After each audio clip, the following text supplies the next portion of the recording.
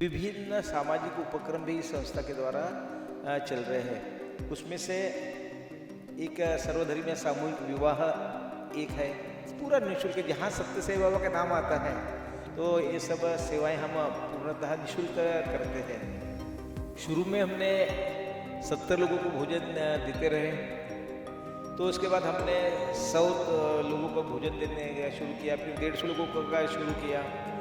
जब कोरोना जो महामारी आई थी तो उस टाइम में 700 लोगों को हम रोजाना खाना 2-3 महीने हमने उनको खाना खिलाया।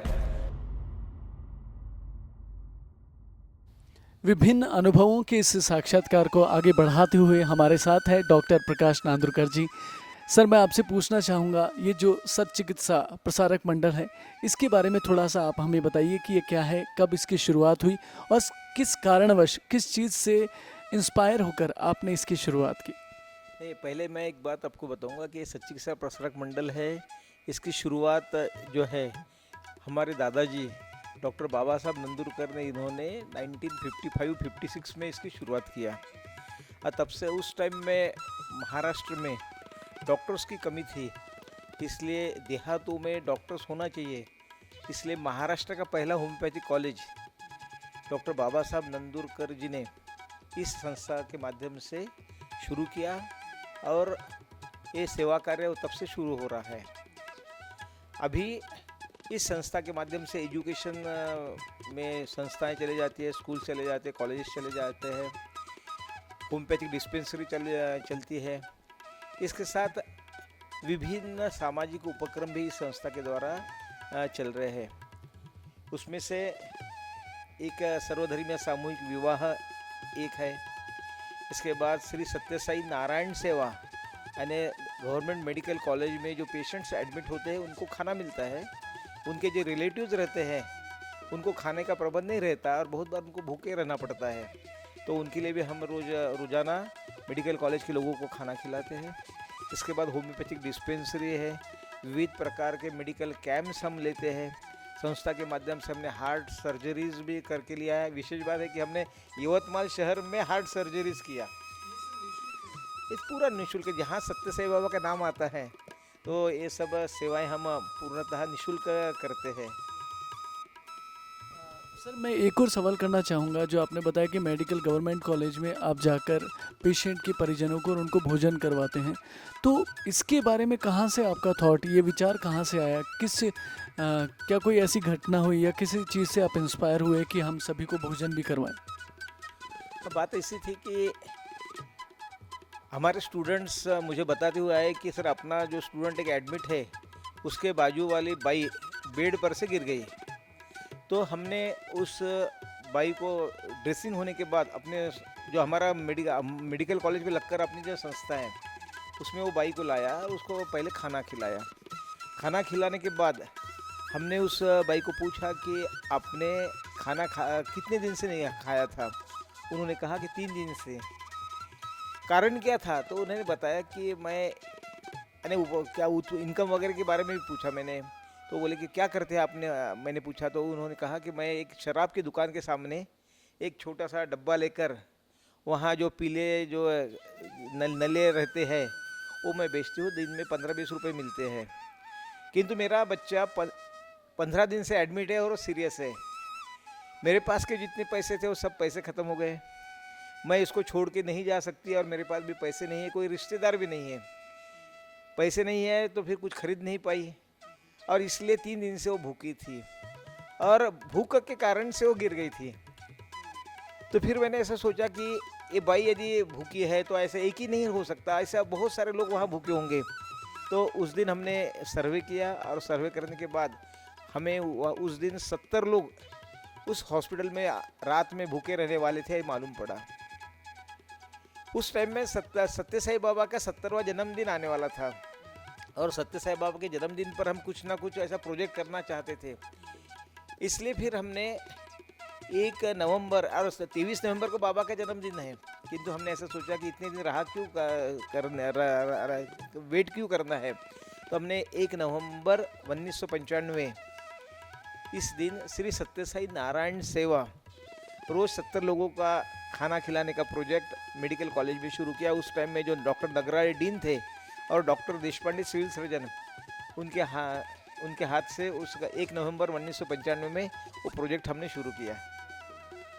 सर ये जो प्रोजेक्ट आपने बताया निःशुल्क आप पेशेंट को, उनके परिजनों को और जो भी भूखे लोग आपको मिलते थे उनको भोजन करवाते थे, तो ये 70 का आंकड़ा जो है वो कब तक चला और क्या ये आज भी जारी है? और अब तक कितने ऐसे पेशेंट या मरीजों को आपने भोजन करवाया है निःशुल्क? शुरू में हमने 70 लोगों को भोजन देते रहे। मेडिकल कॉलेज के पेशेंट की संख्या भी बढ़ने लगी, तो उसके बाद हमने 100 लोगों को भोजन देने का शुरू किया, फिर 150 लोगों का शुरू किया।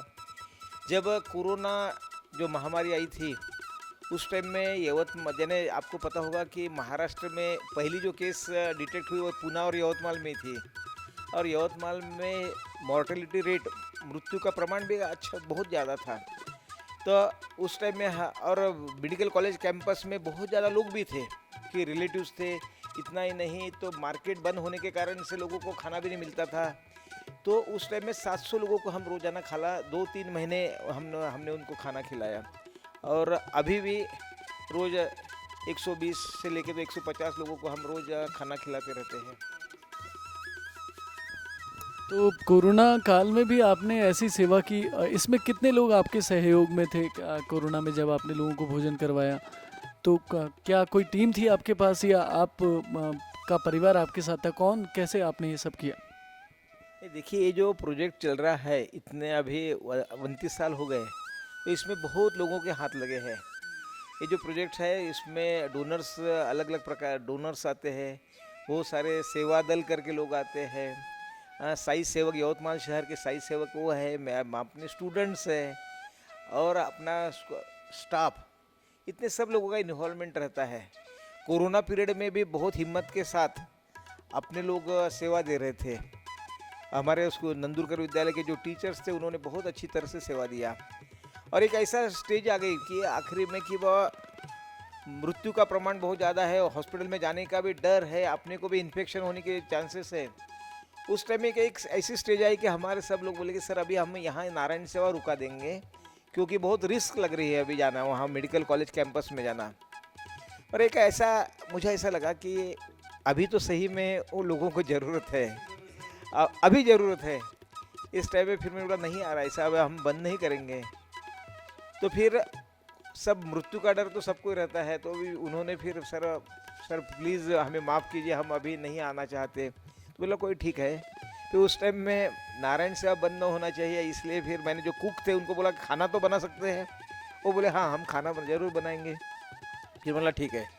तो हम उस टाइम में फिर मैं अकेला ही जाकर वो नारायण सेवा शुरू रखी, और लगभग 20-25 दिन अकेला ही वो नारायण सेवा पूरा मुंह एक कपड़े से बांधता था और नारायण सेवा के लिए जाता था। और उसके बाद 25 दिन के बाद मेरा लड़का, छोटा लड़का प्रीतिश मुझे पूछता है कि बाबा आप रोज़ कहाँ जा रहे हैं? तो मैंने बोला नारायण सेवा के लिए। तो फिर वो भी आ गया, और वो भी मेरे साथ फिर 15-20 दिन वो साथ में रहा। इसके बाद मेरा जो स्टाफ है जो बहुत डिवोटेड है, यानी कमिटेड है कि इस सेवा कार्य के लिए, फिर उनको लगा कि नहीं सर, बोले अभी हमारा डर निकल गया, अब हम फिर से आते हैं, और उस तरह से फिर से अपनी नारायण सेवा शुरू हो रही है। कहते हैं कि संगठन में शक्ति है, यूनियन इज स्ट्रेंथ। तो सही बात यहाँ पर साबित की डॉक्टर प्रकाश नांदुरकर सर ने, और आज वो यवतमाड़ में किसी भी परिचय के मोहताज नहीं है, उनको प्रत्येक व्यक्ति यहाँ पर जानता है। जब आप कहीं कहते हैं कि प्रकाश जी नांदुरकर, डॉक्टर प्रकाश नांदुरकर, तो सबको वही कोरोना काल याद आता है, और इतनी सेवाएं जो आज वो साईं की कृपा से कर रहे हैं, उन्हीं की कृपा से आज वो आगे बढ़ रहे हैं और देश को एक सकारात्मक राह दिखा रहे हैं। ऐसे प्रतिभावान और संकल्पित लोगों को हम प्रणाम करते हैं बारंबार। आपसे भारत के नवयुवक, यानी कि मैं खुद, जब मैं पहली बार आज आपसे मुखातिब हुआ, इससे पहले जितने साक्षात्कार मैंने लिए तो सब आपका नाम ले रहे थे। तो मैं सोच रहा था कि कोई आउट ऑफ स्टेशन के कोई प्रतिभावान ऐसे व्यक्तित्व हैं जिनसे मिलना मुझे भी चाहिए। तो मुझे अब पता चला है कि आप यहाँ रहकर बेसिक लेवल से एक्सट्रीम लेवल तक आप कार्य कर रहे हैं। सर आपको बहुत प्रणाम है, बहुत धन्यवाद देना चाहूँगा। साथ ही कुछ सवाल ये भी करना चाहूँगा कि ये जो आप इतना कार्य करते हैं, इसमें बहुत फंडिंग की ज़रूरत पड़ती होगी। क्या कोई स्पॉन्सर्स हैं या आप कैसे मैनेज करते हैं? मतलब इतने बड़े स्तर पर आप ये कार्यक्रम का महोत्सव आयोजित करवाते हैं। क्या कहना चाहेंगे इस बारे में सर? तो ये जो कार्यक्रम होता है कोई एक व्यक्ति का तो नहीं हो सकता। इसमें ऑर्गेनाइजेशन से लेके तो बाकी सभी बातों के लिए एक टीम रहती है। मैं बहुत नसीब, जिसे हम नसीब कहते हैं मराठी में, कि बहुत नसीबान मैं हूँ कि मेरे से अच्छे अच्छे लोग जुड़े हुए हैं और इस काम में सब लोग मदद करते हैं। फिर ऐसे बात ऐसा लगता है कभी लोगों को इसके पास बहुत पैसा होगा वगैरह, ऐसी बात नहीं रहती।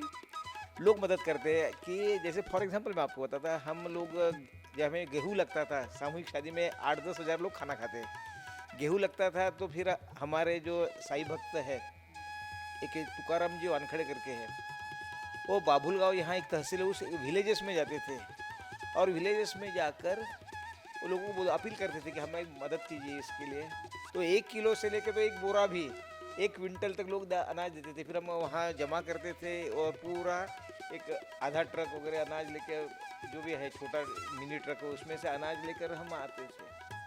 यहाँ हमारे शारदा प्रसाद तिवारी जी थे, जो यवतमाल शहर के किराना एसोसिएशन है उसके वो प्रेसिडेंट थे। किराना एसोसिएशन, वो लोग जाते थे कोई किराना दुकान में, उसको बोलते थे नमक दो, फिर एक दो बोलता नहीं मैं ज़्यादा मैं नमक देता हूँ, कोई बोलता मैं वो मिर्ची देता हूँ, कोई बोलता हल्दी देता हूँ, कुछ लोगों से हम तेल के डब्बे लेते थे। इस तरह से अलग अलग लोगों का साथ लेकर हमने ये प्रोजेक्ट चलाते रहे और इसमें हमारे यवतमाल शहर के जो लोग हैं उनका बड़ा योगदान रहा है, क्योंकि 94 और अभी 2024 अभी जो आया है, तो ये लगभग अभी आज 30 साल कंप्लीट हो रहे हैं ये प्रोजेक्ट को। एक मैं समझता हूँ कि ये लोगों का सहयोग और सबसे महत्व का मैं समझता हूँ कि भगवान की इच्छा है, क्योंकि ये जो सामूहिक विवाह है मेरा कोई दिमाग का नहीं है। जब मैं पहली बार सत्य साई बाबा जी को मिला तो पहली मुलाकात में उन्होंने मुझे पूछा कि कितने बच्चे हैं। मैंने बोला प्रसाद और प्रीति से, दो मेरे लड़के मेरे साथ में थे।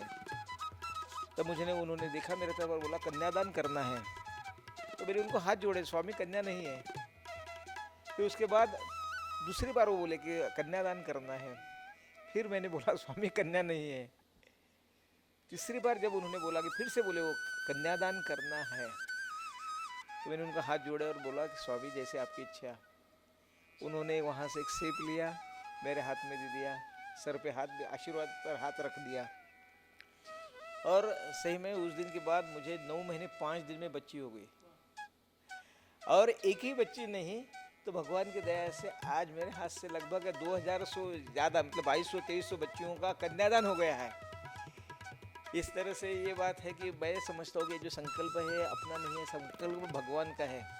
सिर्फ उसमें निमित्त जैसे हम कहें इंस्ट्रूमेंट, ये इंस्ट्रूमेंट मैं बना हुआ, ऐसा कुछ नहीं है कि मैंने जरूर जरूर मैंने, भगवान ने मुझे बनाया है तो मैं बहुत गर्व के साथ कह सकता हूँ। और ये भी मैं क्लियर करता हूँ कि और इसीलिए भगवान का संकल्प है, इसलिए काम चल रहा है।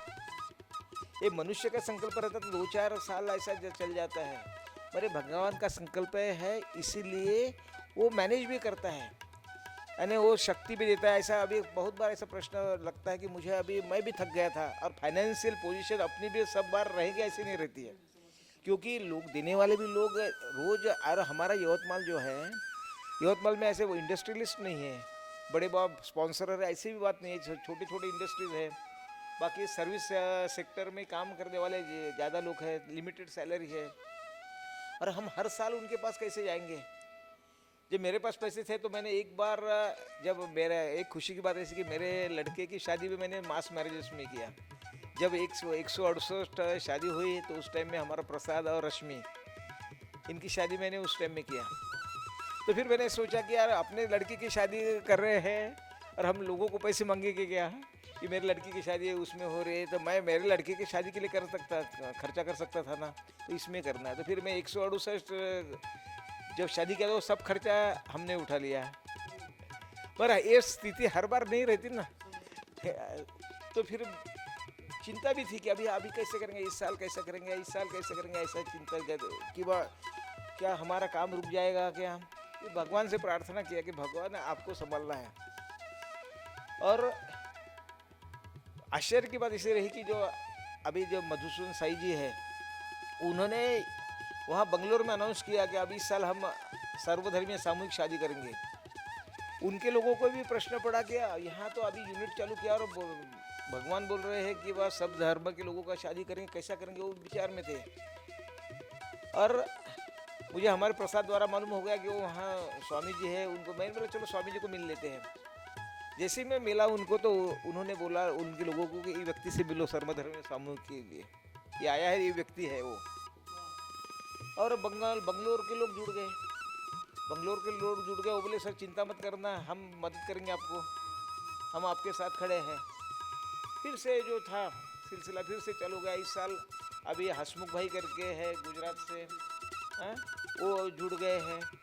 यानी मुझे ऐसा लगता है कि जिस टाइम में जिसकी ज़रूरत है भगवान उनको मिला देते हैं, क्योंकि भगवान का प्रोजेक्ट है, वो चलते रहता है। इस कहानी के बाद, इस एक बेहद प्रेरणादायी कहानी के बाद मैं बस युवाओं से इतना सा कहना चाहूँगा कि छिप छिप अश्रु बहाने वालों, मोती व्यर्थ बहाने वालों, कुछ सपनों के मर जाने से जीवन नहीं मरा करते हैं। कुछ सपनों के मर जाने से जीवन नहीं मरा करते हैं। मैं मुलाकातों का सिलसिला यहीं पर विराम देना चाहूँगा। हमारे साथ अभी जो बैठे हैं वो शख्सियत किसी भी परिचय की मोहताज नहीं है, जैसा कि मैंने आपको बताया, जिनका नाम है डॉक्टर प्रकाश नांदुरकर। बहुत बहुत शुक्रिया सर, धन्यवाद।